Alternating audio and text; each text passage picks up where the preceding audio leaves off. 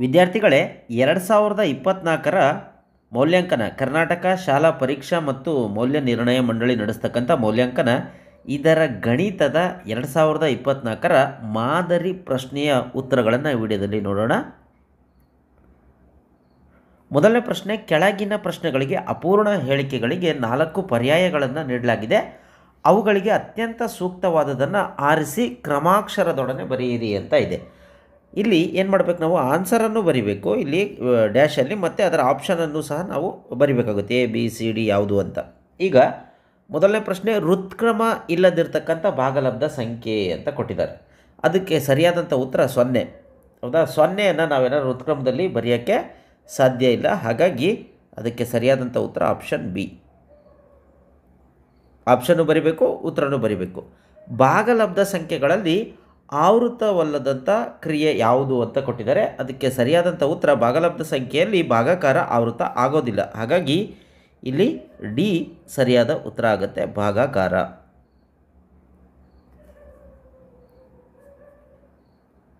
ಇನ್ನು ಮೂರನೇ ಪ್ರಶ್ನೆ, 169 ವರ್ಗದ ಬಿಡಿ ಸ್ಥಾನದ ಅಂಕಿ ಅಂತ ಕೇಳಿದ್ದಾರೆ.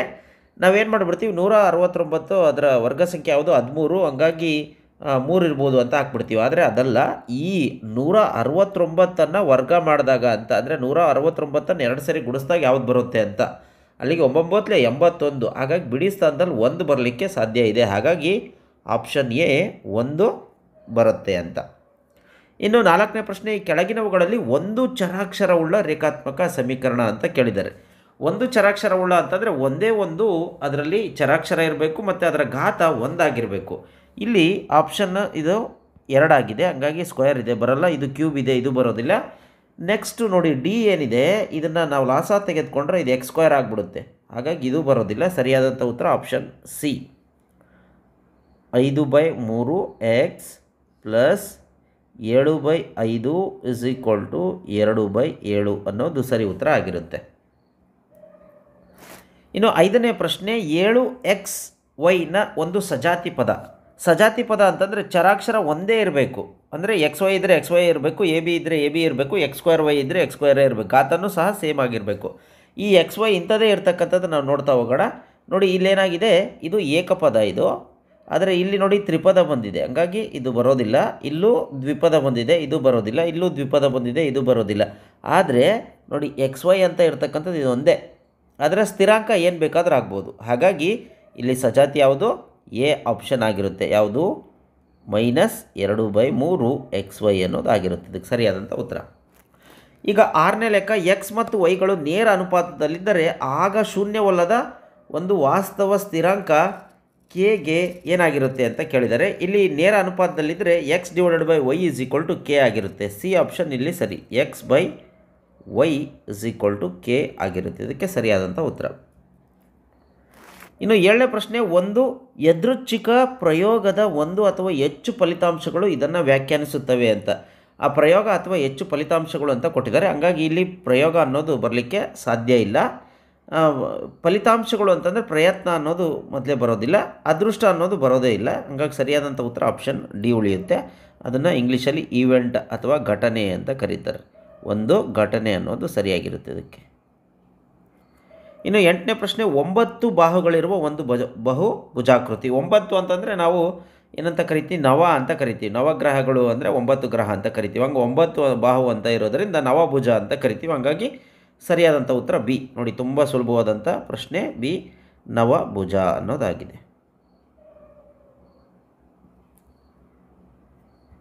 9ನೇ ಪ್ರಶ್ನೆ, ಒಂದು ಬಹುಮುಖ ಘನಕ್ಕೆ ಸಾಮಾನ್ಯ ಸಂಕೇತಾಕ್ಷರಗಳೊಂದಿಗೆ ಆಯ್ಲರ್ನ ಸೂತ್ರ ಅಂತ ಕೇಳಿದ್ದಾರೆ. ಆಯ್ಲರ್ನ ಸೂತ್ರ F+V = E+2 ಅನ್ನೋದಾಗಿದೆ, ನಮಗೆ ಗೊತ್ತಿದೆ. ಹಂಗಾಗಿ ಸಿ F+V = E+2 ಅನ್ನೋದು ಇದಕ್ಕೆ ಸರಿಯಾದಂಥ ಉತ್ತರ. 10ನೇ ಪ್ರಶ್ನೆ, ಈ ಕೆಳಗಿನ ಸಂಖ್ಯೆಗಳಲ್ಲಿ 108ನ್ನು ನಿಶೇಷವಾಗಿ ಭಾಗಿಸ್ತಕ್ಕಂಥ ಸಂಖ್ಯೆ ಯಾವುದು ಅಂತ ಕೇಳಿದ್ದಾರೆ. ನಮಗೆ ನೋಡಿ 5 ಬರಬೇಕು ಅಂತಂದರೆ ಬಿಡಿ ಸ್ಥಾನದಲ್ಲಿ 0 ಇರಬೇಕು ಅಥವಾ 5 ಇರಬೇಕು, ಹಂಗಾಗಿ ಬರೋದಿಲ್ಲ. ಇನ್ನು ಈಗ ನಮಗೆ ಗೊತ್ತಿದೆ ಯಾವ್ಯಾವ ಭಾಜ್ಯತಾ ನಿಯಮಗಳು. 9ರದ್ದು ಟ್ರೈ ಮಾಡೋಣ. ಏನು 9 ಅಂತಂದರೆ ಅದರಲ್ಲಿರ್ತಕ್ಕಂಥ ಬಿಡಿ ಅಂದರೆ ಅಂಕಿಗಳನ್ನೆಲ್ಲ ಕೂಡ್ಬಿಡೋಣ. ಆ ಕೂಡಿಬಿಟ್ಟು ಅದು ಏನಾದರೂ ಬರುತ್ತಲ್ಲ ಉತ್ತರ ಅದರ ಮೊತ್ತ ಅದು 9ರಿಂದ ಭಾಗ ಆಗಬೇಕು. ನೋಡಿ ಉತ್ತರ 9 ಬಂತು, ಇದು 9ರಿಂದ ಭಾಗ ಆಗುತ್ತೆ, ಹಾಗಾಗಿ ಸರಿ ಉತ್ತರ ಡಿ, ಇದು 9ರಿಂದ ನಿಶ್ಶೇಷವಾಗಿ ಭಾಗ ಆಗತ್ತೆ ಅಂತ. 11ನೇ ಲೆಕ್ಕ 100 into A plus 10 into C plus B ಇದರ ಸಾಮಾನ್ಯ ರೂಪ ಅಂತ ಕೇಳಿದ್ದಾರೆ. ಇದು ಏನು ದಶಮಾಂಶ ಏನು ಸ್ಥಾನ ಇದೆ ಆ ದಶಮಾಂಶ ಸ್ಥಾನದ ಪದ್ಧತಿ ಪ್ರಕಾರ ಬರ್ಕೊತಾ ಹೋಗೋದು. ಇಲ್ಲಿ ಬಿಡಿ ಸ್ಥಾನದಲ್ಲಿ ಬಿ ಇರೋದ್ರಿಂದ ನಾವು ಡೈರೆಕ್ಟ್ ಬಿ ಬರಿಬೇಕು. ಇನ್ನು 10ರ ಸ್ಥಾನದಲ್ಲಿ ಇರ್ತಕ್ಕಂಥದ್ದು 10 ಸಿ ಅನ್ನೋದನ್ನು ನಾವು ಡೈರೆಕ್ಟ್ ಸಿ ಅಂತ ಬರಿತೀವಿ. ನೆಕ್ಸ್ಟ್ 100 ಸ್ಥಾನದಲ್ಲಿ ಇರ್ತಕ್ಕಂಥದ್ದು ಎ ಅಂತ ಆಗುತ್ತೆ. ಹಾಗಾಗಿ ಎ ಸಿ ಬಿ ಅನ್ನೋದಾಗುತ್ತೆ. ಅದೆಲ್ಲಿದೆ? ಆಪ್ಷನ್ ಬಿನಲ್ಲಿದೆ. ಬಿ ಎ ಸಿ ಬಿ ಅನ್ನೋದು ಇದಕ್ಕೆ ಸರಿ ಉತ್ತರ ಆಗಿದೆ. ಇನ್ನು 12ನೇ ಪ್ರಶ್ನೆ, ಇವುಗಳಲ್ಲಿ ಪೂರ್ಣ ಘನ ಸಂಖ್ಯೆ ಯಾವುದು ಅಂತ ಕೇಳಿದ್ದಾರೆ. ಪೂರ್ಣ ಘನ ಸಂಖ್ಯೆ ಘನ ಅಂತ ಕೇಳಿದ್ದಾರೆ, ಅಂದರೆ ಒಂದು ಸಂಖ್ಯೆನ 3 ಸರಿ ಗುಣಿಸಿದ್ರೆ ಬರ್ತಕ್ಕಂಥದ್ದು ಅಂತ. ಈ 0 2 ಇರೋಕ್ಕೆ ಸಾಧ್ಯನೇ ಇಲ್ಲ, ಅದು 3 ಇರಬೇಕು. ಇನ್ನು ಇದು 827 ಅನ್ನೋದು ಒಂದು ಅವಿಭಾಜ್ಯ ಸಂಖ್ಯೆ ಆಗಿದೆ, ಅದು ಬರೋದಿಲ್ಲ. ಇನ್ನು 8 8 8 ಅಂದರೆ 888 ಇದು ಬರೋದಿಲ್ಲ. ಹಾಗಾಗಿ ಉಳಿತಕ್ಕಂಥದ್ದು ಒಂದು ಅದ್ಯಾವುದು 1728 ಅನ್ನೋದು ಒಂದು ಘನ ಸಂಖ್ಯೆ ಆಗಿದೆ. ಇದನ್ನು ನಾವು ಬೇಕಾದ್ರೆ ಚೆಕ್ಕು ಸಹ ಮಾಡ್ಬೋದು. 1728 ಏನಿದೆ ಇದು 12ರ ಘನಮೂಲ ಆಗಿದೆ. ಅಂದರೆ 12ಅನ್ನು 3 ಸರಿ ಗುಣಿಸಿದ್ರೆ ಬರುತ್ತೆ. ಯಾವುದು? 1728. ಹಾಗಾಗಿ ಇದು ಘನ ಸಂಖ್ಯೆ ಆಗಿದೆ. ನಾವು ಇದನ್ನೇನು ಬರೆಯೋ ಅವಶ್ಯಕತೆ ಇಲ್ಲ, ಇಷ್ಟು ಬರ್ತಾರೆ ಸಾಕು. ಇನ್ನು 13ನೇ ಲೆಕ್ಕ 0.000003 ಇದರ ಸಾಮಾನ್ಯ ಅಥವಾ ವೈಜ್ಞಾನಿಕ ಸಂಕೇತ ರೂಪ ಅಂತ ಕೇಳಿದ್ದಾರೆ. ಇಲ್ಲಿ ನಾವು ಇದನ್ನು ಹೇಗೆ ಬರಿಬೋದು ಅಂತಂದರೆ, ಇಲ್ಲಿ ಎಷ್ಟು ಸಂಖ್ಯೆ ಇದಾವೆ? ಪಾಯಿಂಟ್ ಆದಮೇಲೆ 6 ಸಂಖ್ಯೆ ಇದ್ದಾವೆ ನೋಡಿ, 3 3 6. ಸೊ ಹಾಗಾಗಿ ನಾವು 3ಅನ್ನು ಬರೆದ್ಬಿಟ್ಟು 1ಅನ್ನು ಹಾಕ್ಬಿಟ್ಟು ಅಂದರೆ 10 1 ಪಕ್ಕ ಎಷ್ಟು 0 ಬರಿಬೇಕು? 6 0 ಬರಿಬೇಕು. ಇದಕ್ಕೆ ಸರಿಯಾದಂಥ ಉತ್ತರ. ಸೊ ಹಾಗಾಗಿ ಇದು ಏನಾಗುತ್ತೆ ಈಗ ಅಂತಂದರೆ, ಇದು ಮೇಲ್ಗಡೆ ಹೋಗ್ಬಿಟ್ರೆ ಅಂದರೆ ಇಲ್ಲಿ ಬರಿತೀನಿ ನೋಡಿ, 3 10ರ ಘಾತ ಎಷ್ಟು 0 ಇದ್ದಾವೆ? 3 3 6 ಅಂತ ಬರಿಬೋದು ನಾವು. ಸೊ ಇದನ್ನೇ ಮೇಲೆ ತಗೊಂಡೋದ್ರೆ ಏನಾಗುತ್ತೆ? 3 ಇಂಟು 10ರ ಘಾತ -6 ಘಾತಾಂಕದ ನಿಯಮದ ಪ್ರಕಾರ. ಹಾಗಾಗಿ ಸರಿಯಾದಂಥ ಉತ್ತರ ಆಪ್ಷನ್ ಬಿ ಬರುತ್ತೆ. ಬಿ 3 ಇಂಟು 10ರ ಘಾತ -6. ನೆಕ್ಸ್ಟು 14ನೇ ಲೆಕ್ಕ 3:4 ಇದರ ಅನುಪಾತದ ಶೇಕಡ ರೂಪ ಅಂತ ಕೇಳಿದ್ದಾರೆ. 3/4 ಅಂದರೆ ಇದು ಮುಕ್ಕಾಲು ಅಂತ ಕರೀತಾರೆ. ಮುಕ್ಕಾಲನ್ನು ಎಷ್ಟು ಪರ್ಸೆಂಟ್ ಅನ್ಬೋದು? 75% ಅಂತ ಕರೀತಾರೆ. ಇದನ್ನು 100ರಿಂದ ಗುಣಿಸ್ಬಿಟ್ರೆ ಸಾಕು ನಾವು. 4 1 4 4 25 100, ಅಲ್ಲಿಗೆ 25 3 75. ಸೊ ಪರ್ಸೆಂಟೇಜಲ್ಲಿ ಇಡ್ತೀವಿ ನಾವು. ಸೊ ಹಂಗಾಗಿ ಎ 75% ಇದರ ಸರಿಯಾದ ಉತ್ತರ ಆಗಿದೆ. ಇನ್ನು 15ನೇ ಪ್ರಶ್ನೆ, ಕಾಲಾವಧಿಗಳಲ್ಲಿ ಕ್ರಮವಾಗಿ ನಿರಂತರ ಬದಲಾವಣೆ ಹೊಂದುವ ದತ್ತಾಂಶವನ್ನು ತೋರಿಸ್ತಕ್ಕಂಥ ನಕ್ಷೆ ಅಂತ ಕೇಳಿದ್ದಾರೆ. ಇದು ಚಿತ್ರನಕ್ಷೆ, ಸ್ತಂಭ ನಕ್ಷೆ, ವೃತ್ತ ನಕ್ಷೆ ಬರೋದಿಲ್ಲ. ಇದಕ್ಕೆ ಸರಿಯಾದಂಥ ಉತ್ತರ ರೇಖಾ ನಕ್ಷೆ ಅನ್ನೋದು ಆಗಿದೆ. ರೇಖಾ ನಕ್ಷೆ. 16ನೇ ಪ್ರಶ್ನೆ, ಮುಖಗಳ ಮೇಲೆ 1 2 3 4 5 6 ಒಂದು ಮುಖದ ಮೇಲೆ ಅಂದರೆ ಡೈಸ್ ಮೇಲೆ ಬರೆದಿರ್ತಕ್ಕಂಥದ್ದು ಇದು. ಈ ದಾಳವನ್ನು ಒಮ್ಮೆ ಉರುಳಿಸಲಾಗಿದೆ. ಫಲಿತಾಂಶ 2ಅನ್ನು ಪಡೆಯುವ ಸಾಧ್ಯತೆ ಅಂದರೆ ಸಂಭವನೀಯತೆ ಎಷ್ಟಿದೆ ಅಂತ. 6 ಮುಖ ಇದೆ, ನಮ್ಮದ್ರೆ 2 ಬರಬೇಕು ಅಂದರೆ 6ರಲ್ಲಿ 1 ಬರೋಕ್ಕೆ ಮಾತ್ರ ಸಾಧ್ಯ ಇದೆ. ಅಂದರೆ ಡಿ ಆಪ್ಷನಲ್ಲಿ ಸರಿ. 6ರಲ್ಲಿ 1 ಸರಿ ಬರೋಕ್ಕೆ ಮಾತ್ರ ಸಾಧ್ಯತೆ ಇದೆ, ಯಾಕಂದರೆ ಉಳಿದವು 5 ಇದಾವಲ್ಲ. ಹಾಗಾಗಿ 6ರಲ್ಲಿ 1 ಮಾತ್ರ ಬರಲಿಕ್ಕೆ ಸಾಧ್ಯತೆ ಅಂತ. ಇನ್ನು ಈಗ 2 ಅಂಕದ ಪ್ರಶ್ನೆ ಅಲ್ಲ, ಇದು 1 ಅಂಕದ ಪ್ರಶ್ನೆ. ಈ ಸರಿ 1ರಿಂದ 16ವರೆಗೂ ಆಬ್ಜೆಕ್ಟಿವ್ ಟೈಪ್ ಕೇಳ್ತಾರೆ. ನೆಕ್ಸ್ಟು 2ನೇ ಮೆನು ಕೆಳಗಿನ ಪ್ರಶ್ನೆಗಳಿಗೆ ಉತ್ತರಿಸಿ ಅಂತ. ಇದನ್ನು 1 ಮಾರ್ಕಿಗೆ ನಾವು ವಿಸ್ತರಿಸಿ ಬರೀಬೇಕಾಗುತ್ತೆ. 11 ಸ್ಕ್ವೇರ್ ಮತ್ತು 12 ಸ್ಕ್ವೇರ್ ಇವುಗಳ ನಡುವೆ ಇರತಕ್ಕಂಥ ಸ್ವಾಭಾವಿಕ ಸಂಖ್ಯೆ ಎಷ್ಟು ಅಂತ ಕೇಳಿದ್ದಾರೆ. ಈಗ 12 ಸ್ಕ್ವೇರ್ ಅಂತಂದರೆ ಅದರದ್ದೆಷ್ಟು? 144. ನೆಕ್ಸ್ಟು 11 ಸ್ಕ್ವೇರ್ ಅಂತಂದರೆ ಎಷ್ಟು? 11 11 121. ಹೌದಾ? ಇದರ ವ್ಯತ್ಯಾಸ ಮಾಡಿಬಿಟ್ರೆ ಸಿಕ್ಬಿಡುತ್ತೆ.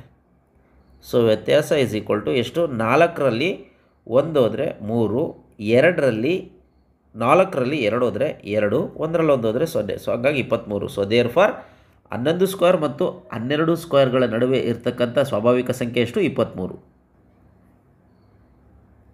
18ನೇ ಲೆಕ್ಕ, ಪಕ್ಕದ ಚಿತ್ರವನ್ನು ಗಮನಿಸಿ ಇವುಗಳನ್ನು ಬರೀರಿ ಅಂತ ಕೊಟ್ಟಿದ್ದಾರೆ. ಕೆ ಬಿಂದುವಿನ ನಿರ್ದೇಶಾಂಕ. ಕೆ ಅಂದರೆ ಎಲ್ಲಿದೆ? ಇಲ್ಲಿದೆ.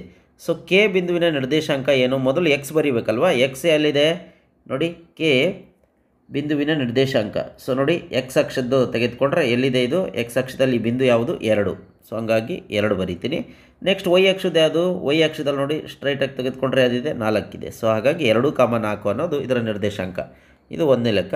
ನೆಕ್ಸ್ಟ್ ಇನ್ನು ಎರಡನೇದು ಏನು ಕೊಟ್ಟಿದ್ದಾರೆ, 2,3 2,0 ಎರಡೆಲ್ಲಿ ಬರುತ್ತೆ ಎಕ್ಸ್ ಅಕ್ಷದಲ್ಲಿ, ಇಲ್ಲಿ ಬರುತ್ತೆ.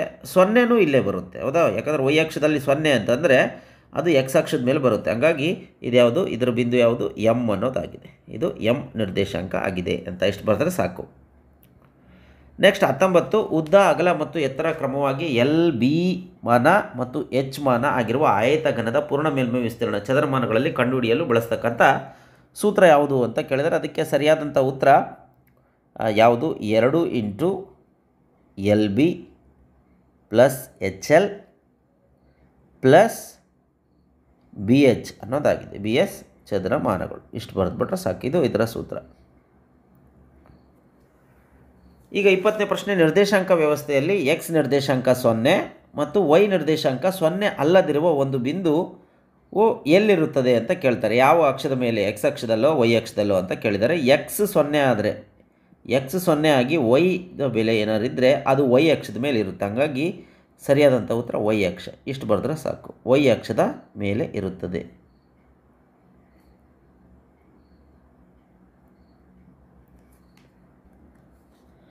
21ನೇ ಪ್ರಶ್ನೆ, ರಮಾ ಮತ್ತು ಶಶಿ ಇವರ 24 ವರ್ಷಗಳ ಇಂದಿನ ವಯಸ್ಸಿನ ಅನುಪಾತ 4:5 ಆಗಿತ್ತು.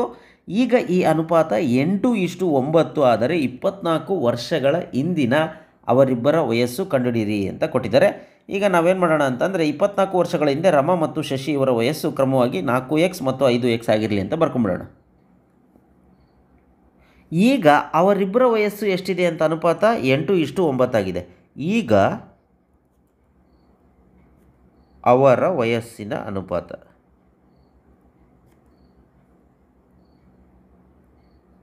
ಎಷ್ಟಂತೆ, 8:9 ಅಂತೆ. ಈಗ ನಾವೇನು ಮಾಡೋಣ, ಶಶಿಯ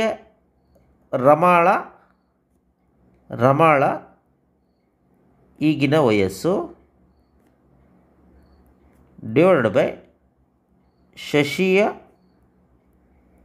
ಈಗಿನ ವಯಸ್ಸು. ಇದರ ಅನುಪಾತ ಎಷ್ಟಿದೆ, 8:9 ಇದೆಯಂತೆ, ಹೌದಾ? ಈಗ ನಮಗೆ ರಮಾಳ ಈಗಿನ ವಯಸ್ಸು ಗೊತ್ತಿಲ್ಲ ನಮಗೆ, ಆದರೆ 24 ವರ್ಷದ ಹಿಂದೆ ಎಷ್ಟಿತ್ತು, 4x ಇತ್ತು. ಅದೇ ರೀತಿ ಶಶಿಯ ವಯಸ್ಸು ಎಷ್ಟಿತ್ತು, 5x ಇತ್ತು. ಆದರೆ ಇದೇನಿದು 8:9 ಅನ್ನೋದು ಈಗಿನ ವಯಸ್ಸು. ಹಂಗಾಗಿ ಈಗಿನ ವಯಸ್ಸು ಬೇಕು ಅಂತಂದರೆ 24 ಆ್ಯಡ್ ಮಾಡಿಬಿಡೋಣ. ಸೊ 24 ಆ್ಯಡ್ ಮಾಡಿಬಿಟ್ರೆ 24 ವರ್ಷದಿಂದ ಎಷ್ಟಿತ್ತು, ಸೊ ಈಗ 24 ಬೇಕಂದ್ರೆ 24 ಕೂಡಿಸ್ಬಿಟ್ರೆ ಇದು ಬಂದುಬಿಡುತ್ತೆ. ನೋಡಿರಿ, ಇದು ಗೊತ್ತಾಯ್ತಾ ಈ ಪಾಯಿಂಟ್ ನಿಮಗೆ? ಈಗ ನಾವೇನು ಮಾಡೋಣ, ಇದನ್ನು ಸಾಲ್ವ್ ಮಾಡ್ಕೊತ ಹೋಗೋಣ, ಹೊರೆ ಗುಣಾಕಾರ ಮಾಡೋಣ. So 9 × 4x + 24 = 8 × 5x + 24. ಸೊ ಈಗ ಗುಣಿಸೋಣ. 4 9 36x ಪ್ಲಸ್ 9ರಿಂದ 24 ಗುಣಿಸ್ತೀನಿ. 9 4 36ಕ್ಕೆ 6 10 3 9 2 18 18 3 21. ಈಗ 8ರಿಂದ ಗುಣಿಸೋಣ. 8 5 40x ಪ್ಲಸ್ 8 4 32ಕ್ಕೆ 2 10 3 8 2 16 3 19 192 ಆಯಿತು. ಈಗ ಎಕ್ಸನ್ನು ಒಂದು ಕಡೆ ಹಾಕ್ಕೊಡೋಣ, ಸಂಖ್ಯೆಗಳನ್ನು ಒಂದು ಕಡೆ ಹಾಕ್ಕೊಳೋಣ. ಸೊ ಅಲ್ಲಿಗೆ ಇಲ್ಲಿ 216 ಇಲ್ಲೇ ಇರುತ್ತೆ, 192 ಆ ಕಡೆಯಿಂದ ಬರುತ್ತೆ, ಅಲ್ಲಿಗೆ -192. ಇಲ್ಲಿ 40x ಇರುತ್ತೆ, ಇಲ್ಲಿ 36x ಆಗುತ್ತೆ. ಈಗ 216ರಲ್ಲಿ 192 ಇದೆ, 80 ಅಲ್ಲ 192. ಅಲ್ಲಿಗೆ 6ರಲ್ಲಿ 2 ಹೋದರೆ 4, ನೆಕ್ಸ್ಟ್ 1ರಲ್ಲಿ 9 ಹೋಗೋದಿಲ್ಲ, ಅಲ್ಲಿಗೆ ನಾವೇನು ಮಾಡಬೇಕು, ದಶಕ ತೊಗೋಬೇಕು. 11 ಆಯಿತು. 11ರಲ್ಲಿ 9 ಹೋದರೆ 2, 1ರಲ್ಲಿ 1 ಹೋದರೆ 0, 24 ಬರುತ್ತೆ. = ನೋಡಿ 40ರಲ್ಲಿ 3 ಹೋದರೆ ಎಷ್ಟು, 4x. ಸೊ ಈಗ ನಮಗೆ x ಬೇರೆ ಬೇಕು, ಹಂಗಾಗಿ ಹೊರೆ ಗುಣಾಕಾರ ಮಾಡೋಣ. ಸೊ x = 24/4 ಆಗುತ್ತೆ. ಅಲ್ಲಿಗೆ x = 4 1 4 6. ಸೊ ಎಕ್ಸ್ನ ಬೆಲೆ ಎಷ್ಟು, 6 ಬಂತು. ಸೊ ನೋಡಿ, ಈಗ ಎಕ್ಸ್ನ ಬೆಲೆ ನಮಗೆ ಸಿಕ್ತು. ಎಕ್ಸ್ನ ಬೆಲೆ ಸಿಕ್ಕರೆ ಲೆಕ್ಕ ಬಂದಂಗೆ. ಈಗ ಏನು, 24 ವರ್ಷಗಳ ಹಿಂದೆ 24 ವರ್ಷಗಳ ಹಿಂದೆ ಫಸ್ಟ್ ಯಾವ್ದು, ರಮಾಳ ವಯಸ್ಸು. ರಮಾಳ ವಯಸ್ಸು ಎಷ್ಟಿತ್ತು, ಅನುಪಾತ 4x ಅಂತ ತೆಗೆದುಕೊಂಡಿದ್ವಿ. 4x ಇಲ್ಲಿ x ಅಂತಂದ್ರೇನು ಆರ್ ಬಂತು. ಸೊ ಹಂಗಾಗಿ 4 24 ವರ್ಷ ಆಗತ್ತೆ. ರಮಾಳ ವಯಸ್ಸು ಎಷ್ಟಿತ್ತು? 24 ವರ್ಷದಿಂದ 4 24 ವರ್ಷ ಆಗಿತ್ತು. ನೆಕ್ಸ್ಟು 24 ವರ್ಷಗಳ ಹಿಂದೆ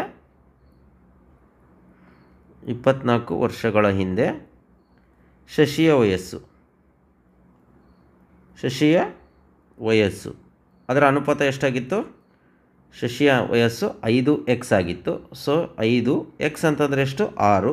ಸೊ ಅಲ್ಲಿಗೆ 5 30 ವರ್ಷ. ಸೊ ಇದಕ್ಕೆ ಸರಿಯಾದಂಥ ಉತ್ತರ. ಈಗ 22ನೇ ಲೆಕ್ಕ, ಅವಿಭಾಜ್ಯ ಅಪವರ್ತನ ವಿಧಾನದಿಂದ 2744ರ ಘನಮೂಲವನ್ನು ಕಂಡುಹಿಡಿಯಿರಿ ಅಂತ ಕೊಟ್ಟಿದ್ದಾರೆ. 2744 ಇದನ್ನು 2ರಿಂದ ಅಪವರ್ತನ ಮಾಡ್ಕೊಳ್ತಾ ಹೋಗೋಣ. 2 1 2, 2 3 6, 1 5 14 ಆಯಿತು, 2 7 14, 2 2 4, ಮತ್ತು 2ರಿಂದ 2 6 12, ಅಲ್ಲಿಗೆ 17 ಆಯಿತು, 2 8 16, 1 ಉಳಿತು, 2 6 12, ಮತ್ತು 2ರಿಂದ 2 3 2 4 2 3. ಇದು 343 ಏನಿದೆ, ಇದು ಒಂದು ಸಂಖ್ಯೆಯಿಂದ ಮಾತ್ರ ಭಾಗ ಆಗುತ್ತೆ. ಯಾವುದು ಅಂದರೆ ಅದು 7. ಅಲ್ಲಿಗೆ ನೋಡಿ, 7 4 28, 6 ಉಳಿತು, ಅಲ್ಲಿಗೆ 63 ಆಯಿತು, 7 9 63, ಅಲ್ಲಿಗೆ 7 7 49 ಆಗುತ್ತೆ. ಅಂದರೆ 2744 ಅಂತಂದರೆ 2 × 2 × 2 × 7 × 7 ಅಂತ. ಈಗ ಸ್ಕ್ವೇರ್ ರೂಟ್ ಅಲ್ಲ ಕ್ಯೂಬ್ ರೂಟ್ ತೊಗೊಂಡ್ರೆ 2744 ಈ 3 2ರಲ್ಲಿ 1 2 ತೆಗೆದುಕೊಳ್ತೀವಿ, 3 7ಅಲ್ಲಿ 1 7 ತೆಗೆದುಕೊಳ್ತೀವಿ, ಅಲ್ಲಿಗೆ 7 2 14 ಆಯಿತು. ಅಲ್ಲಿಗೆ ಕ್ಯೂಬ್ ರೂಟ್ ಆಫ್ 2744 ಅಂತಂದರೆ ಎಷ್ಟು? 14 ಅನ್ನೋದಾಗಿದೆ. 23ನೇ ಲೆಕ್ಕ, 3 - 7x + 5x² 7x² - 4x + 2ರಿಂದ ಕಳೀರಿ ಅಂತ ಇದೆ. ರಿಂದ ಅನ್ನೋದನ್ನು ಮೊದಲು ಹಾಕ್ಕೋಬೇಕು. ಹಂಗಾಗಿ ರಿಂದ ಅಂತೇನಿದೆ 7x² - 4x + 2 ಅಂತ. ಅನ್ನೋದನ್ನು ಕೆಳಗೆ ಹಾಕ್ಕೋಬೇಕು. ಅನ್ನೋದನ್ನು ಕೆಳಗೆ ಹಾಕೋಣ. ಯಾವುದು ಚರಾಕ್ಷರ ಇದೆಯೋ ಅದ್ರ ಕೆಳಗೆ ಅದೇ ಜಾತಿದೆ ಹಾಕ್ಕೊಳ್ಳೋಣ. 5 ಇಲ್ಲಿ 7x² ಅಂತಿದೆ, ಹಾಗಾಗಿ 7x² 5x² ಹಾಕ್ಕೊಳ್ಳೋಣ. ನೆಕ್ಸ್ಟ್ -4x ಅಂತಿದೆ, ಇಲ್ಲೇನಿದೆ -7x ಇದೆ, ಸೊ ಅದನ್ನು ಹಾಕ್ಕೊಳ್ಳೋಣ. ನೆಕ್ಸ್ಟು ಇಲ್ಲಿ ಸಂಖ್ಯೆ ಇದೆ, ಇಲ್ಲಿ ಯಾವುದು +3 ಇದೆ, ಇಲ್ಲೂ ಸಹ +3 ಹಾಕೋಣ. ಈಗ ನಮಗೆ ಕಳೆಯೋದು ನಿಯಮ ಗೊತ್ತು. ಏನು ಕೆಳಗಿದೆ ಅದರ ಚಿಹ್ನೆ ಬದಲಾಗುತ್ತೆ. ಇಲ್ಲಿ ಪ್ಲಸ್ ಇದೆ ಮೈನಸ್ ಆಗುತ್ತೆ, ಇಲ್ಲಿ ಮೈನಸ್ ಇದೆ ಅದು ಪ್ಲಸ್ ಆಗುತ್ತೆ, ಇಲ್ಲಿ ಪ್ಲಸ್ ಇದೆ ಮೈನಸ್ ಆಗುತ್ತೆ. ಈ ಚಿಹ್ನೆ ನೋಡ್ಕೊಳ್ಳಿ, ಬ್ರ್ಯಾಕೆಟಲ್ಲಿ ಇರ್ತಕ್ಕಂಥದ್ದು ಇಂಪಾರ್ಟೆಂಟ್. ಈಗ 7 5 ಏನಾಗಿದೆ, ಇಲ್ಲಿ ಒಂದು ಪ್ಲಸ್ ಇದೆ ಒಂದು ಮೈನಸ್ ಇದೆ, ಕಳಿಬೇಕು ನಾವು. 7ರಲ್ಲಿ 5 ಹೋದರೆ 2x². ನೆಕ್ಸ್ಟ್ ಒಂದು ಕಡೆ ಪ್ಲಸ್ ಇದೆ ಮೈನಸ್ ಇದೆ, ಮತ್ತೆ ಕಳಿಬೇಕು. 7ರಲ್ಲಿ 4 ಹೋದರೆ 3x. ಎಂಥ 3x? +3x. ಕಾರಣ 7ರ ಪಕ್ಕ ಪ್ಲಸ್ ಇದೆ, ಹಂಗಾಗಿ ಪ್ಲಸ್ಸು. ಒಂದು ಕಡೆ ಮೈನಸ್ ಇದೆ ಪ್ಲಸ್ ಇದೆ, ಸೊ ಹಂಗಾಗಿ 3ರಲ್ಲಿ 2 ಹೋದರೆ 1. ಎಂಥ ಒಂದು ದೊಡ್ಡ ಸಂಖ್ಯೆ ಯಾವುದು? 3 ಪಕ್ಕ ಮೈನಸ್ ಇದೆ, ಸೊ ಹಂಗಾಗಿ 2x² + 3x - 1 ಇದರ ಸರಿ ಉತ್ತರ ಆಗಿದೆ. ಇನ್ನು 24 ಬೀಜೋಕ್ತಿಗಳನ್ನು ಅಪವರ್ತಿಸಿ 5y² - 125y ಅನ್ನು y + 5ರಿಂದ ಭಾಗಿಸಿ ಅಂತ ಕೇಳಿದ್ದಾರೆ. ಅಪವರ್ತನ ವಿಧಾನದಿಂದನೇ ಭಾಗಿಸ್ಬೇಕಿದು. 125y / y + 5 ಅಂತ. ಈಗ ನಾವೇನು ಮಾಡೋಣ, ಇವೆರಡರಲ್ಲೂ ಕಾಮನ್ ಆಗಿ ಏನಿದೆ? 5 ಇದೆ. 5ಅನ್ನು ಹೊರಗೆ ತೆಗೆದುಕೊಳ್ತೀನಿ. ಆಮೇಲೆ ಅದ್ರ ಜೊತೆಗೆ ಇದು 5 ಕ್ಯೂಬ್ ಇದು y³ ಇದು. ಆಮೇಲೆ y³ ಮತ್ತು y ಕಾಮನ್ ಏನಿದೆ? y ಇದೆ. ಸೊ ಅದನ್ನು ಹೊರಗೆ ತೆಗೆದುಕೊಂಡ್ಬಿಟ್ರೆ ಇಲ್ಲೇನು ಉಳಿಯುತ್ತೆ? y² ಉಳಿಯುತ್ತೆ. -125ರಲ್ಲಿ 5 ಬಂದರೆ ಅಂದರೆ 25 5 ಅಂತ ಇದೆ ಅರ್ಥ. 25 5 125. 5ಅನ್ನು ಹೊರಗಡೆ ತೆಗೆದುಕೊಂಡ್ರೆ ಇಲ್ಲೇನು ಉಳಿತು? 25 ಉಳಿತು. ವೈನೂ ಹೊರಗೆ ಬಂದಿದೆ. / y + 5 ಅಂತ. ಈಗ y² - 25 ಏನಿದೆ, ಈ y² - 25 ಇದು ಯಾವ ಸೂತ್ರದ ಪ್ರಕಾರ ಇದೆ ಅಂದರೆ a² - b². ಅಂದರೆ ಅದರ ಸೂತ್ರ a + b × a - b ಅಂತ. ಅಂದರೆ ಇಲ್ಲಿ a ಜಾಗದಲ್ಲಿ ಏನಿದೆ? a = y ಇದೆ, b = 5 ಇದೆ. ಸೊ ಯಾಕಂದರೆ 25 ಅಂದರೆ 5² ಆಗುತ್ತೆ, y² - 5² ಅಂತ. ಸೊ ಹಾಗಾಗಿ ಇಲ್ಲಿ 5y ಇಂಟು ಹೆಂಗೆ ಬರಿಬೋದು ನಾವಿಲ್ಲಿ? y + 5 ಇಂಟು y - 5 ಅಂತ ಬರಿಬೋದು. ಅಲ್ಲಿ / y + 5 ನೋಡಿ. y + 5 y + 5 ಕ್ಯಾನ್ಸಲ್ ಆಯಿತು. ಅಲ್ಲಿ ಫೈನಲಾಗಿ ಏನು ಉಳಿತು? 5y ಇಂಟು y - 5 ಅನ್ನೋದು ಇದಕ್ಕೆ ಸರಿ ಉತ್ತರ ಆಗಿದೆ. 25ನೇ ಲೆಕ್ಕ, 10 ಬಾಹುಗಳಿರುವ ಬಹಿರ್ವಕ್ರ ಬಹುಭುಜದ ಒಳಕೋನಗಳ ಮೊತ್ತ ಕಂಡುಹಿಡಿಯಿರಿ ಅಂತ ಕೊಟ್ಟಿದ್ದಾರೆ. ಯಾವುದೇ ಬಹಿರ್ವಕ್ರ ಬಹುಭುಜದ ಒಳಕೋನಗಳ ಮೊತ್ತ ಕಂಡುಹಿಡಿತಕ್ಕಂಥ ಸೂತ್ರ ಏನು ಅಂತಂದರೆ 180 × n - 2 ಅನ್ನೋದಾಗಿದೆ.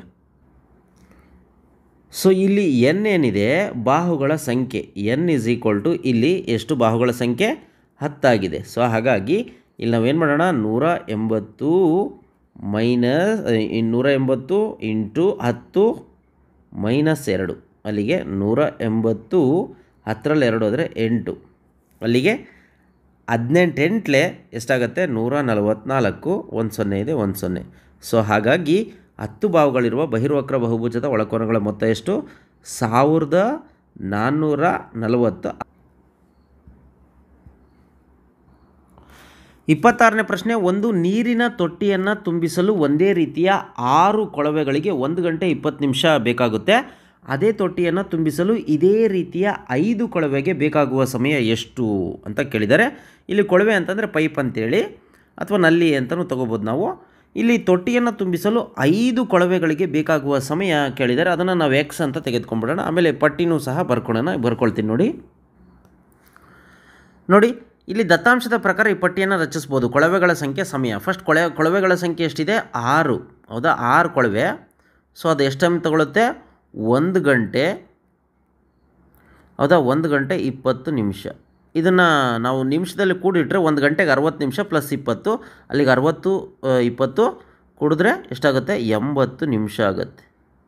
80 ನಿಮಿಷ, ಹೌದಾ ಕನ್ಫ್ಯೂಸ್ ಮಾಡ್ಕೊಬಿಡಿ. 1 ಗಂಟೆ 20 ನಿಮಿಷ ಅಂದ್ರೆ ಒಂದೇ, 80 ನಿಮಿಷ ಅಂತ ಅಂದ್ರೆ ಒಂದೇ. ಅದೇ ರೀತಿ 5 ಕೊಳವೆಗೆ ಎಷ್ಟು ಸಮಯ ಬೇಕಾಗುತ್ತೆ ಎಕ್ಸ್, ಯಾಕಂದರೆ ಇಲ್ಲಿ ಎಕ್ಸ್ ಅಂತ ತೆಗೆದುಕೊಂಡಿದ್ದೀವಿ. ಸೊ ಈಗ ನೋಡಿ ಕೊಳವೆಗಳ ಸಂಖ್ಯೆ ಕಡಿಮೆ ಆದರೆ, ಹೌದಾ ಅಂದರೆ ನಲ್ಲಿಗಳ ಸಂಖ್ಯೆ ಕಡಿಮೆ ಆದರೆ ತೊಟ್ಟಿ ತುಂಬಿಸೋಕ್ಕೆ ಹೆಚ್ಚು ಟೈಮ್ ತೆಗೆದುಕೊಳ್ಳುತ್ತೋ ಜಾಸ್ತಿ ಟೈಮ್ ತಗೊಳ್ಳುತ್ತೋ ಜಾಸ್ತಿ ಟೈಮ್ ತೆಗೆದುಕೊಳ್ಳುತ್ತೆ. ಅಂದರೆ ಇಲ್ಲಿ ಏನಾಗಬೇಕು ಕೊಳವೆಗಳ ಸಂಖ್ಯೆ ಜಾಸ್ತಿ ಆದರೆ ಇಲ್ಲಿ ಟೈಮ್ ಕಡಿಮೆ ಆಗ್ತಾಯಿದೆ. ಅದೇ ಕೊಳವೆಗಳ ಸಂಖ್ಯೆ ಜಾಸ್ತಿ ಆದರೆ ತೆಗೆದುಕೊಳ್ತಕ್ಕಂಥ ಟೈಮು ಏನಾಗ್ತಾಯಿದೆ ಕಡಿಮೆ ಆಗಬೇಕು, ಆದರೆ ಜಾಸ್ತಿ ಆಗ್ತಿದೆ. ಹಾಗಾಗಿ ಇದು ಎಂಥ ಅನುಪಾತ ವಿಲೋಮಾನುಪಾತ ಆಗಿದೆ. ಸೊ ನೋಡಿ ಆದ್ದರಿಂದ ಇದು ವಿಲೋಮಾನುಪಾತ ಆಗಿದೆ. ಇನ್ನು ಸಮಾನುಪಾತದಲ್ಲಿ ನಾವೇನು ಮಾಡ್ತೀವಿ ಕೊಳವೆಗಳ ಅನುಪಾತ ಇಷ್ಟು ಸಮಯದ ಅನುಪಾತ ಅಂತ ಬರ್ಕೊಳ್ತೀವಿ, ಹೌದಾ ಯಾವುದು ನೇರ ಅನುಪಾತದಲ್ಲಿ ಇದ್ದಾಗ.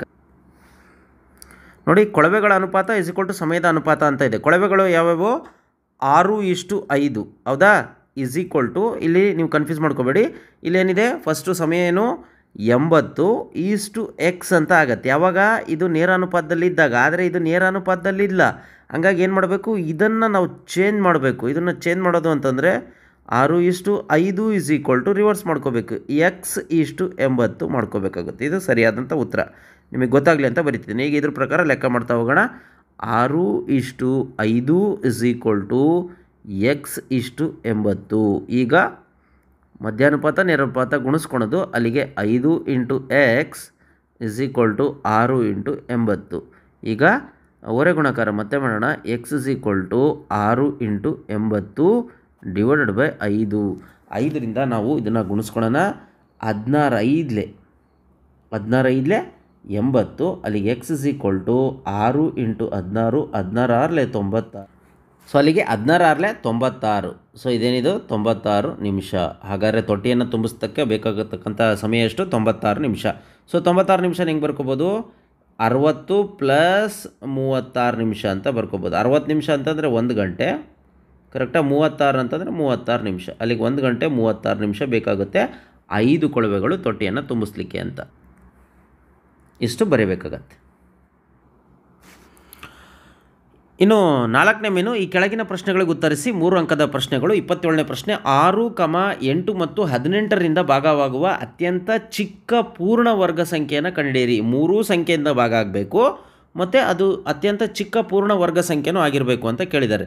ಸೊ ನಾವೇನು ಮಾಡ್ಬೋದು ಅಂತಂದರೆ ಇಲ್ಲಿ 3ರಿಂದನೂ ಭಾಗ ಆಗಬೇಕು ಅಂತಂದರೆ 6, 8, 18ರ ಲಾಸಹ ಕಂಡುಹಿಡ್ಕೋಬೇಕು ನಾವು.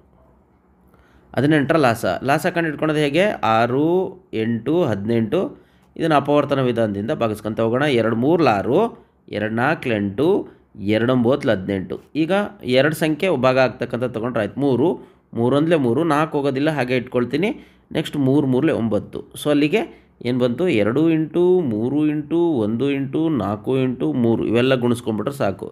ಅಲ್ಲಿಗೆ 2 3 6, 4 3 12, ಅಲ್ಲಿಗೆ 12 6 72. ಸೊ ಲಾಸ ಎಷ್ಟು ಬಂತು 72 ಬಂತು. ಸೊ ಈಗ ಈ ಏನು 6, 8, 18ರ ಮೊಸ 72 ಆಗಿರೋದ್ರಿಂದ ಈ 72ರಿಂದ ಭಾಗ ಆಗ್ತಕ್ಕಂಥ ಸಂಖ್ಯೆ ಬೇಕಾಗಿದೆ. ಈಗ ಈ 72ರಿಂದ ಭಾಗ ಆಗ್ತಕ್ಕಂಥ ಪೂರ್ಣ ವರ್ಗ ಸಂಖ್ಯೆ ಕಂಡುಹಿಡಿದ್ಬಿಟ್ರೆ ಸಾಕು. ಸೊ ಹಂಗಾಗಿ ಏನು ಮಾಡೋಣ, ಈ 72 ಪೂರ್ಣ ವರ್ಗ ಆಗಕ್ಕೆ ಇನ್ನು ಎಷ್ಟು ಬೇಕು, ಏನನ್ನು ಕೂಡಬೇಕು ಅಥವಾ ಏನನ್ನು ನಾವು ಕಳಿಬೇಕು ಅಥವಾ ಭಾಗಿಸ್ಬೇಕು ಅನ್ನೋದು ತಿಳ್ಕೊಂಬಿಟ್ರೆ ಸಾಕು. ಸೊ ಈಗ ನಾವು ನೋಡಿ 72ನ್ನು ಅಪವರ್ತನ ವಿಧಾನದಿಂದ ನಾವೇನು ಮಾಡೋಣ, ಅದನ್ನು ಕಂಡುಹಿಡ್ಕೊಳ್ತಾ ಹೋಗೋಣ.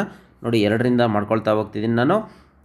ಈಗ 2 3 6 ಒಂದೊಳಿತು 12 ಆಯಿತು, 2 6 12, ನೆಕ್ಸ್ಟ್ 2 1 ನೆಕ್ಸ್ಟ್ 2 8, ನೆಕ್ಸ್ಟ್ 2 9 18, ನೆಕ್ಸ್ಟ್ 3 3 ಆಯಿತು. ಅಲ್ಲಿಗೆ 72 ಇಸ್ ಈಕ್ವಲ್ ಟು ನೋಡಿ 2 ಇಂಟು 2 ಇಂಟು 2 ಇಂಟು 3 ಇಂಟು 3. ನೋಡಿ ವರ್ಗ ಸಂಖ್ಯೆ ಆಗಲಿಕ್ಕೆ 2 ಬೇಕು, ಜೋಡಿ 2 ಬೇಕು. ಸೊ ಹಂಗಾಗಿ ಇನ್ನು ಏನು ಸೇರಿಸ್ಬೇಕು ನಾವು, 2 ಗುಣಿಸ್ಬೇಕು. ಸೊ 2 ಗುಣಿಸ್ಬಿಟ್ರೆ ಅದು ಆಗ ವರ್ಗ ಸಂಖ್ಯೆ ಆಗಿಬಿಡುತ್ತೆ. ಸೊ ನೋಡಿ 2 ಜೋಡಿ ಆಯಿತು. ಸೊ ಹೌದಾ, ಅಲ್ಲಿಗೆ 72 2 ಎಷ್ಟಾಯಿತು, 144 ಆಯಿತು. ಸೊ ದೇರ್ ಫಾರ್ 144 ಏನು 6 8 18ರಿಂದ ಭಾಗ ಆಗ್ತಕ್ಕಂಥ ಅತ್ಯಂತ ಚಿಕ್ಕ ಪೂರ್ಣ ವರ್ಗ ಸಂಖ್ಯೆ ಆಗಿದೆ. ಇಷ್ಟಕ್ಕೆ ಲೆಕ್ಕ ಮುಗಿಯುತ್ತೆ, ಇಷ್ಟು ಬರೆದ್ರೆ ಮುಗಿಯುತ್ತೆ.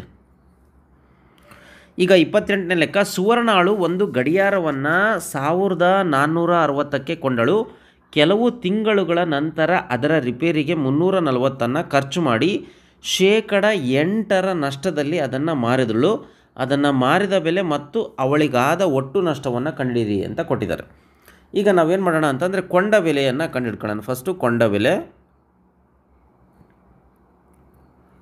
ಬೆಲೆ ಇಸ್ ಈಕ್ವಲ್ ಟು ಎಷ್ಟು, 1400 ಪ್ಲಸ್ 60 ಪ್ಲಸ್ ಮತ್ತು ರಿಪೇರಿ ಮಾಡ್ತಾಳಲ್ಲ ಅದೂ ಸಹ ಕೊಂಡ ಬೆಲೆನೇ.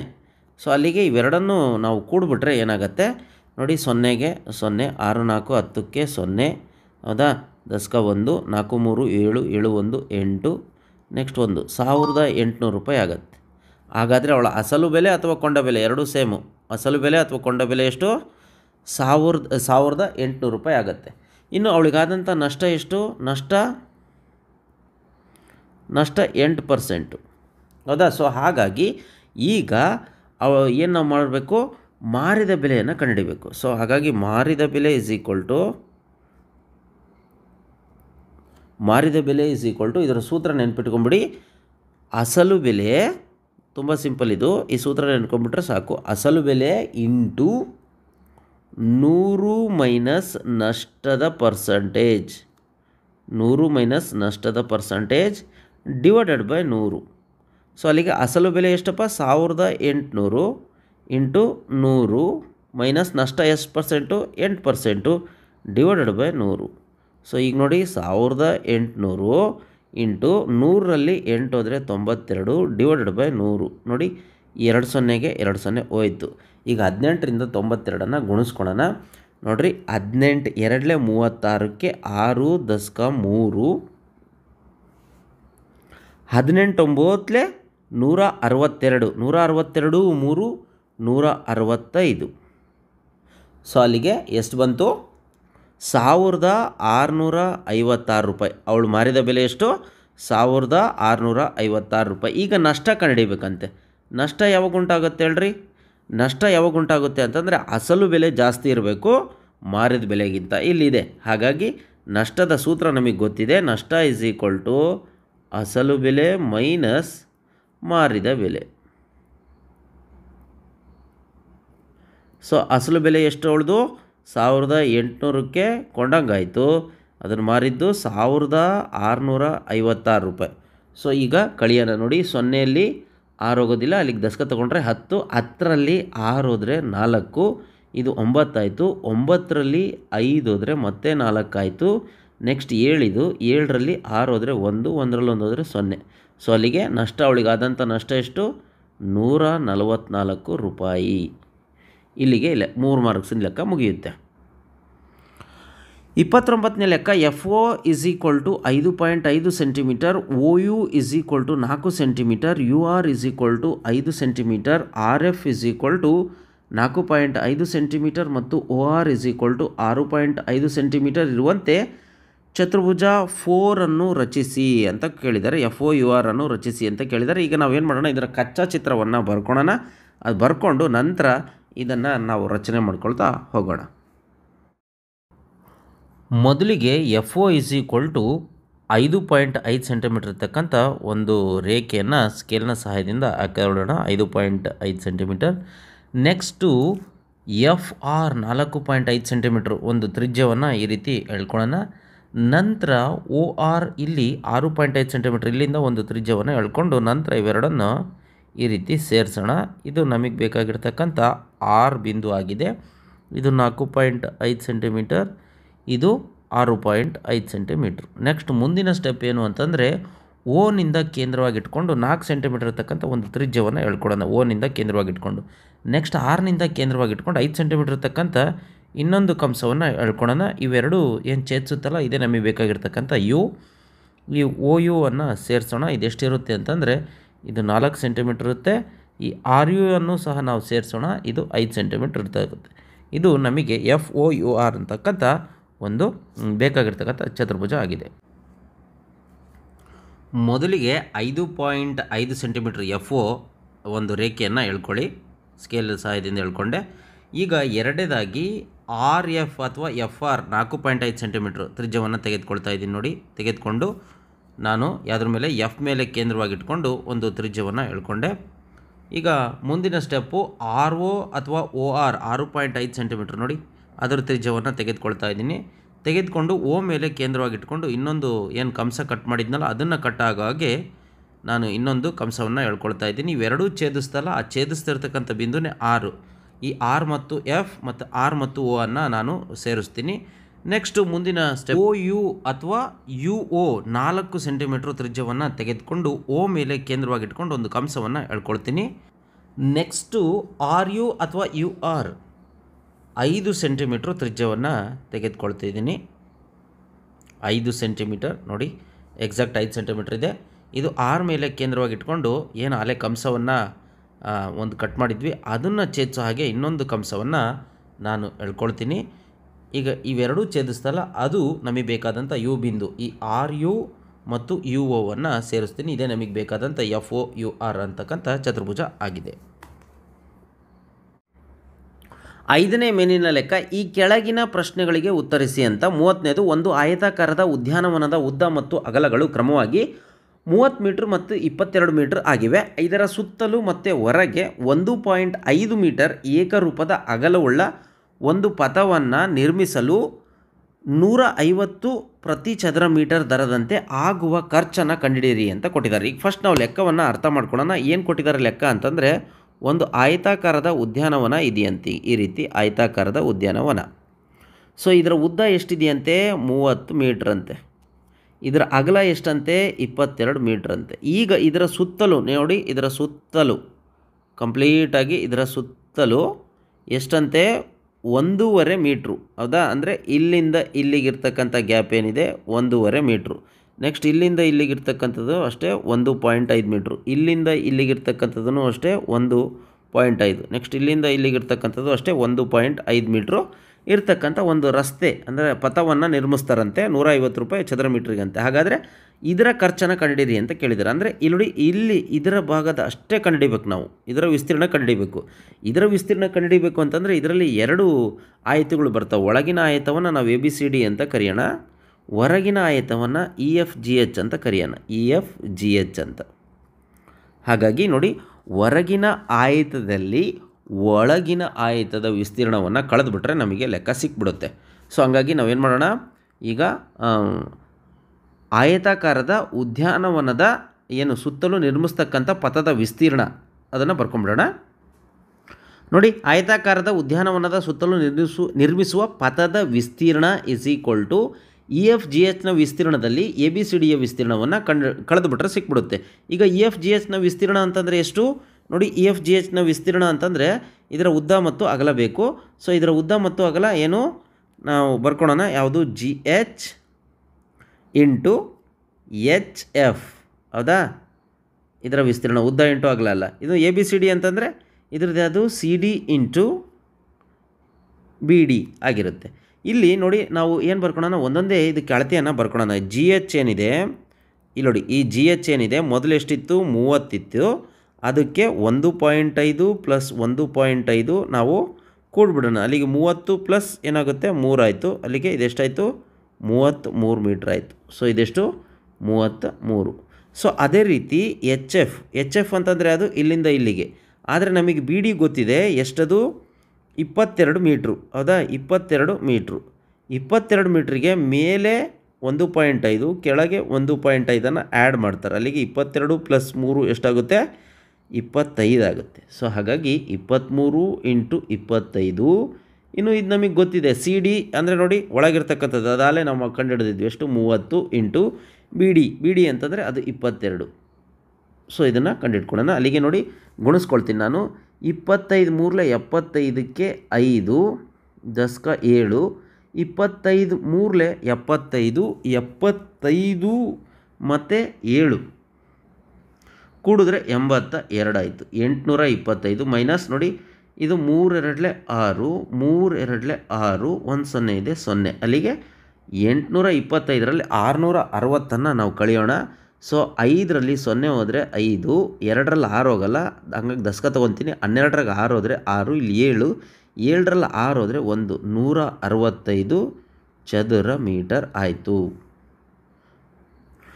ಈಗ ನೋಡಿ ರೂ 150 ರೂಪಾಯಿ ಅಂತೆ. 165 ಚದರ ಮೀಟರ್ ಪಥ ನಿರ್ಮಿಸಲು ಬೇಕಾದ ಒಟ್ಟು ಹಣ ಎಷ್ಟು ಅಂತಂದರೆ 165 × 150 ಇವೆರಡನ್ನು ಗುಣಿಸ್ಕೊಂಬಿಡೋಣ.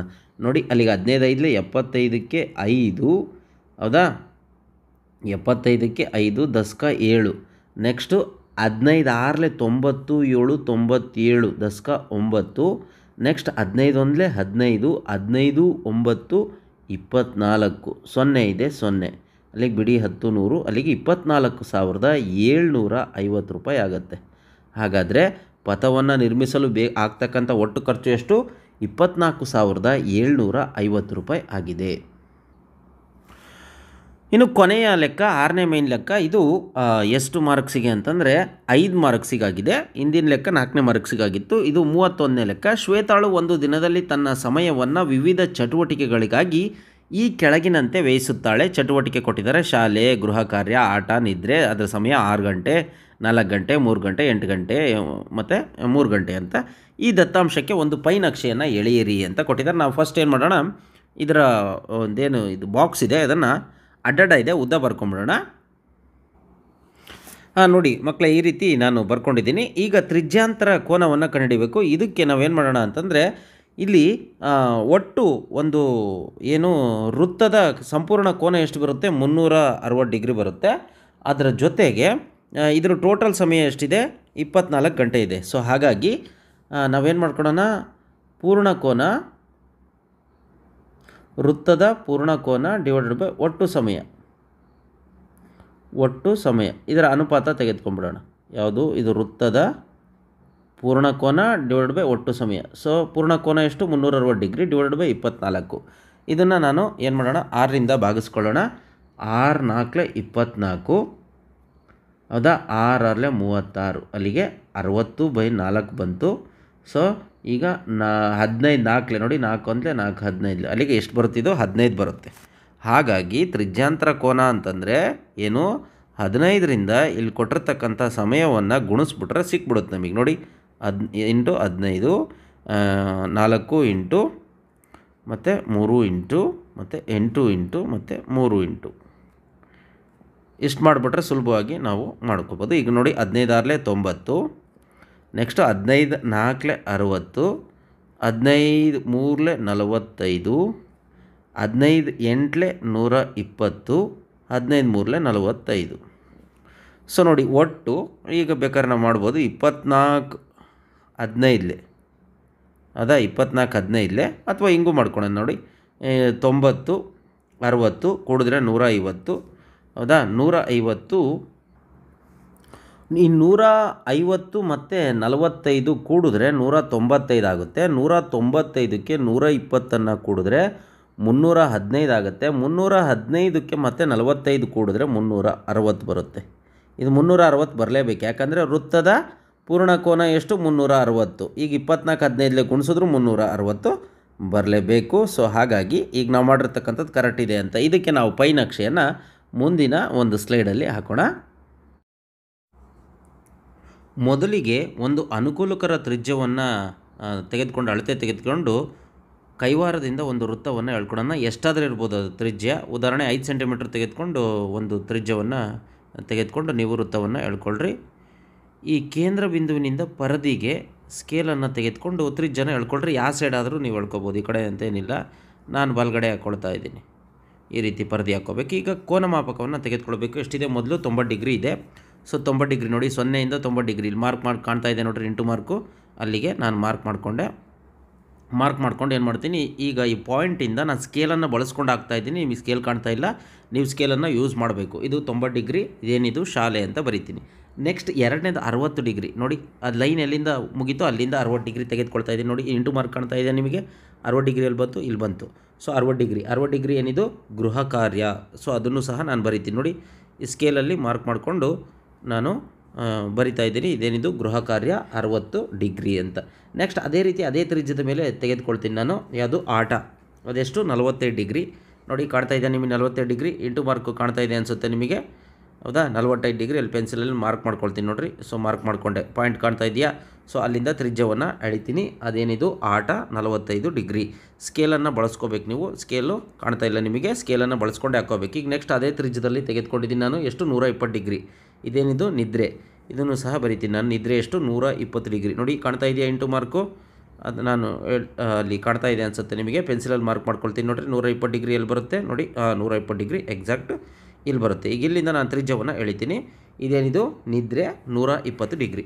ಈಗ ಉಳಿದಿರ್ತಕ್ಕಂಥದ್ದು ಒಂದೇ ಒಂದು ಇತರೆ 45 ಡಿಗ್ರಿ, ಅದು ಮಾಡೋದೇ ಬೇಡ ನೋಡಿ, ಅದು ಎಕ್ಸಾಕ್ಟ್ 45 ಡಿಗ್ರಿ ಇದೆ. ಕೋನಮಾಪಕದಲ್ಲಿ ಆಳಿದ್ರೆ ಸಾಕು, ಅದು ಇರುತ್ತೆ. ಇದೇನಿದು ಇತರೆ 45 ಡಿಗ್ರಿ.